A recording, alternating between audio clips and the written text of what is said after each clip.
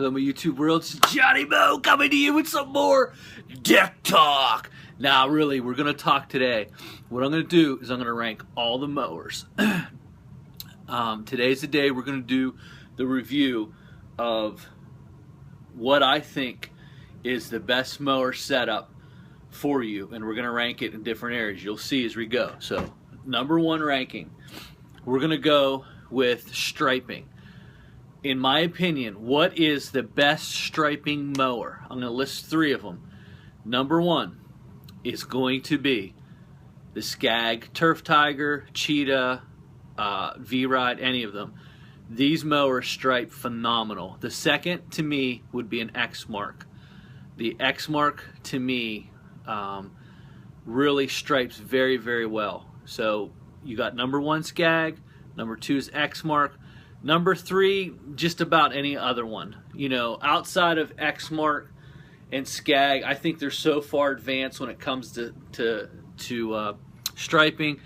You know, if you're into a stripe and that's what you're looking for, those are the two mowers. Companies that I would choose would be exmark and Scag. There you have it. So, number one, striping. Number two, best cut quality. Cleanly cutting. Just boom. When you look down, when I say clean cut, I'm talking about looking down the line and you're looking and there's nothing sticking up. Okay? I'm talking about when the cut, it's perfectly, it's just whoo. So when you're looking at a clean cut, the cleanest cutting mower are going to be in this order. It's going to be exmark, Scag, and Walker. These three mowers leave a pristine, clean cut. Okay? Those three mowers are phenomenal at that. Followed by the Toro Turbo Force. So, we did striping. We did clean cut. I would give exmark is the best clean cut. It lifts, cuts, goes. Then the Scag is another one that draws that grass up and cuts it cleanly. And it leaves that real crisp look. Walker is another one that really does very well in lifting that grass and cleanly cutting it. Now, what is the best mower for cutting grass and side discharging? I've said this before, I'm going to say it again. This is going to be a lot of information, and this video could actually be used in a textbook or in a college atmosphere, because the study and the hours I have on mowers in the last 19 years, absolutely phenomenal. And just in the last 10, I just went down on my search to find the best side discharging mower. I've went through eight different zero turns. I've rented some. I've owned 8 different ones, and I really looked for the best, cleanest cut, and you know, the one that side discharge is the best. So side discharging, that means cutting it and getting it out the side of the deck and leaving it a great first time cut appearance. Number one, Toro Turbo Force. Great deck. Absolutely phenomenal what it can do. Like today, I went out in the morning, it was foggy. I had grass literally that was 10 inches high. I cut it down to 3 3/4. I double cut it, and this deck just totally destroyed it. You know, first cut was a little clumpy because it was really wet and really high. It was fertilized. The second cut, there wasn't a clump anywhere. Second cut, what I do is I go slow the first one. I'll do my 2 laps around, back and forth, stripe it up real nice. Make sure it's go slower, so that way you get a clean cut the first time. So when you go over the second time, it's not going to draw any stragglers up, because if you draw up your deck a ½ inch and you pull up grass that's not cut, then you're looking back, there's skinners everywhere. There's little scabs, little stringers everywhere. You don't want that. The Toro deck was phenomenal. I left that lawn. It was absolutely perfect. You would have never known that I had any trouble. Any other deck would have not been able to fix that. Okay, so we have Toro Turbo Force, number one. We have exmark Ultra Cut, number two. And number three is the Ferris ICD, or the Snapper Pro ICD. Those 3 decks are actually really good at side discharging, and that's so Toro, exmark, and Ferris. For side discharging, and that's basically what I look for when I look for a mower.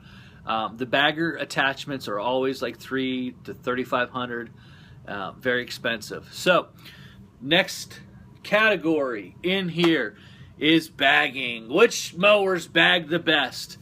All right, something I've done a lot in my days, bag lawns.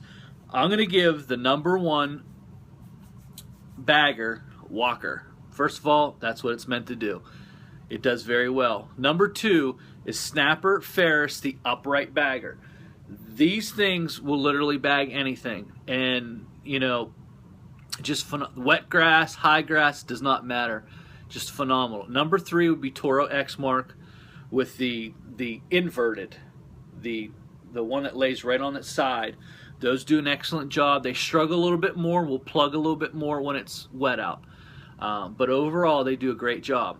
The vertical one for Snapper and Ferris, which are the same exact company, same decks, ICD, they do an excellent job. I've owned those for years. And number one is Walker. I bet you guys never would say I'd say anything nice about Walker. It made the list twice now. So after all my studying and looking, you know, what I've done is I've actually looked at videos, and, you know, when people put their GoPro cameras down, I've actually looked down the line to see how cleanly they all cut. And that's how I did some of my study. I've actually studied this. This isn't something it's my knowledge plus, you know, other people's knowledge. So, how do you like this list, guys? Tell me how you like this list down in, because I'm going to save you a lot of time and a lot of effort. And when you're looking into mowers, there's a lot of mowers I'm not going to mention on here either, because I just don't think that they're up to par, or, you know, they've got a long way to come, so to speak. So now we're going to go on to the best valued mower, in my opinion. And what do I mean by that? See, a lot of mowers that are in the top, like if you're looking for striping, Scag would be it.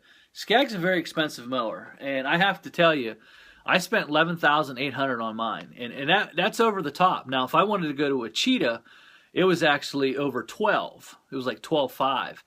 That's a lot of money. So, you know, there's better values out there, I think. So the best valued mower, in my opinion, overall, when you take everything, you know what? I'm gonna just tease you on this. I'm gonna do one more category. I'm gonna do two more categories, and then we'll do the best valued mower last. Okay? So I get you a little teaser, baby. I'm passionate about this stuff because it's gonna help you guys out when you go to pick a mower. You can go through these categories and say, you know what? I like this feature. I like this feature. This works best for my business. Okay? I got four more categories. Okay. So, the next one will be speed. The fastest mowers on the planet are, I believe it's the Hustler, number one. It is I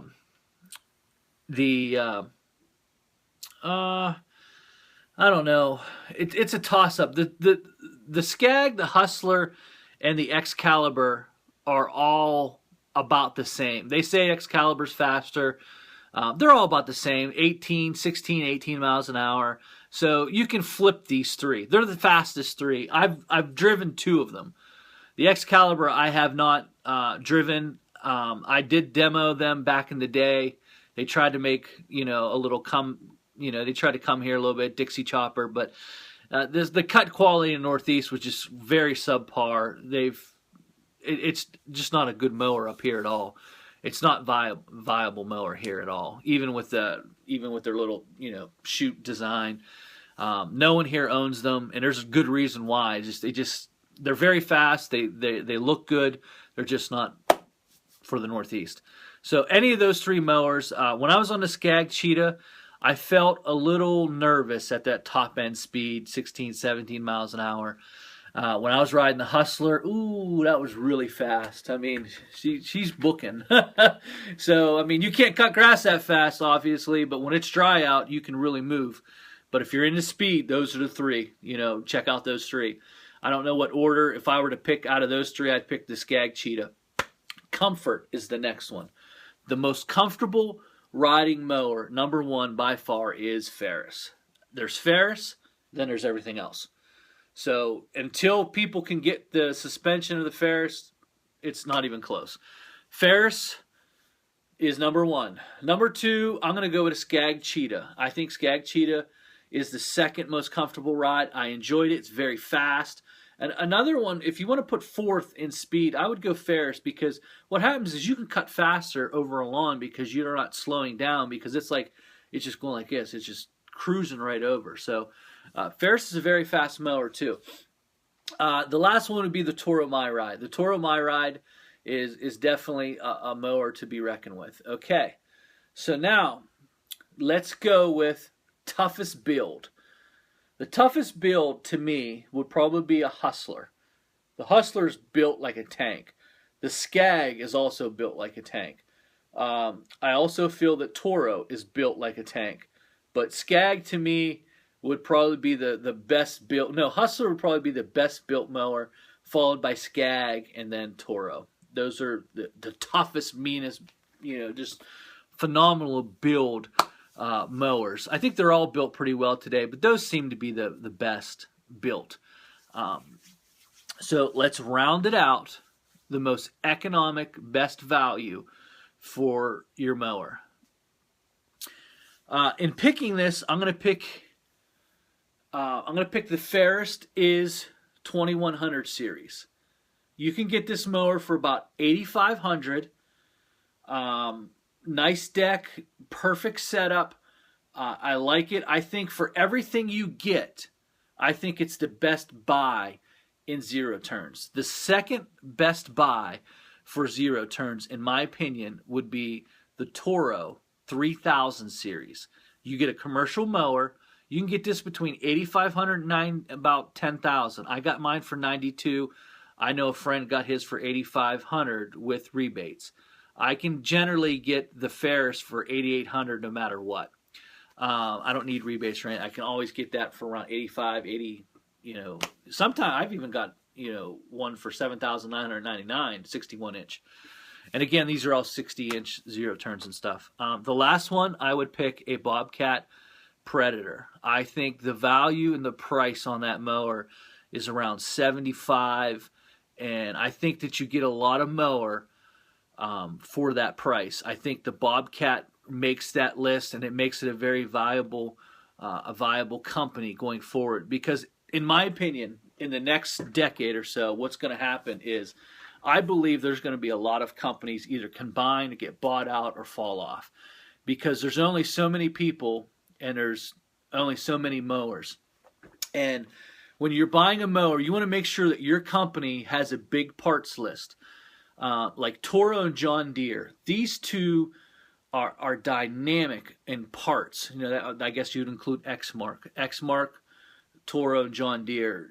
I feel that because of the size of their company, they're going to make it through the next 10 years and be a viable company. I feel Snapper, Ferris, and Simplicity, one of those lines has to go.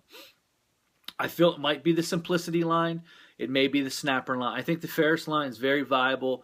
And I think right now at this point in time at our local dealership, they're outselling Exmarks. I think last time I checked in, it was 20-1. I mean, we've went on a Ferris tear up here in the Northeast for good reason, because of the comfort of the ride. But when you're picking a mower, make sure that your company also has a great stockpile of parts. Exmark, Toro, great for parts. They're always on hand, can get them overnight. Right now, Ferris, because they're owned by Briggs & Stratton, does a pretty good job. I've had to wait for some parts. Not real thrilled about that. John Deere is another one that's excellent in dealing with parts. So that's the list. I think that this list will help you pick out a mower, go down through the list. You got to watch, because some of these mowers are pricey. Exmark is pricey. Scag is pricey. Hustler's through the roof. So you got to watch those. You got to watch your price range. So economic value compared to what you're getting, and what do you want to produce. That's my time, guys. This is textbook college material here, my friend.